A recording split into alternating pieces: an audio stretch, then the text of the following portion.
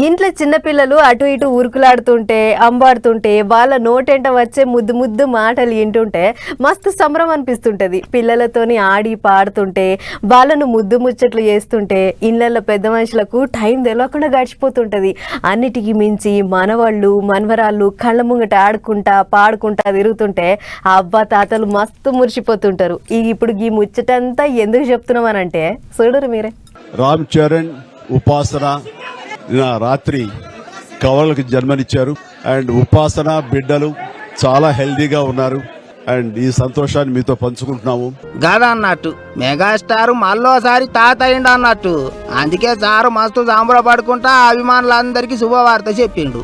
ఇంతకు కవల పిల్లలు అన్నాడు, అసలు ముచ్చట చెప్పనే లేదు సార్ అనుకుంటారా?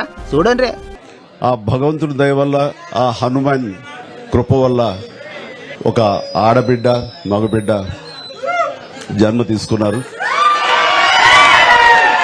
ఇది మాకందరికీ చాలా సంతోషాన్ని కలిగించే విషయం.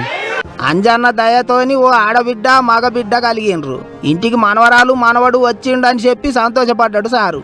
ఇక మెగా కోడలు ఉపాసన మాబటిలి దవాఖానలు ఉన్నదని తెలిసిన వెంటనే అభిమానులు అపోలో దవాఖాన కాడ పడి కాపులు కాసిండ్రు.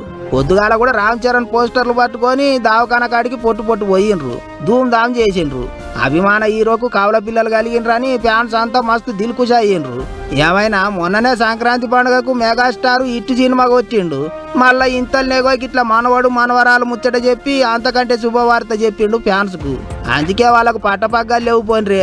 మెగా ఫ్యామిలీ ఎంత ఖుషి అవుతుండ్రో అభిమానులు కూడా అంతే ఖుషి అవుతుండ్రు. అట్లున్నది మరిగా వాళ్ళ అభిమానం అనుబంధం అనుకుంటారు ఇప్పుడు అందరూ.